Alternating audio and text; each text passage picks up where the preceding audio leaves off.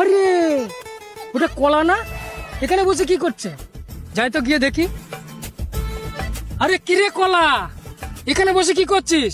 মন খারাপ মনে হচ্ছে। হ্যাঁ রে ভাই, মনের কথা কি আর বলবো, বয়স তো কম হলো না, এই কপালে একটাও মেয়ে জুটছে না। ও এই ব্যাপার, এর জন্য কি মন খারাপ করে বসে থাকতে হবে বল? আমি তো আছি, তোর পাশে আমি সব সময় থাকবো। আর এত ভালো বন্ধু থাকতে তোর কি কখনো মেয়ের প্রয়োজন হয়? তুই বল।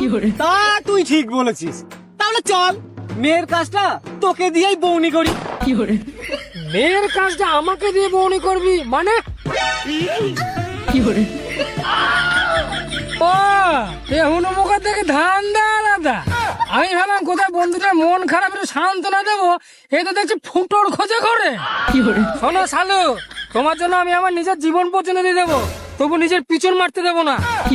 এই যে শোনো শালু, এখানে বসতে গেলে লাভ নেই, সাবধানে বাড়ি চলে যাও। আমার নাম জানো তো? ঠোঙা। যে কোনো সময় রাস্তায় ফেলে উল্টো করে মেরে দেবো তোমার পোঙা। মনে হচ্ছে বাকি জীবনটা হাত দিয়েই চালাতে হবে।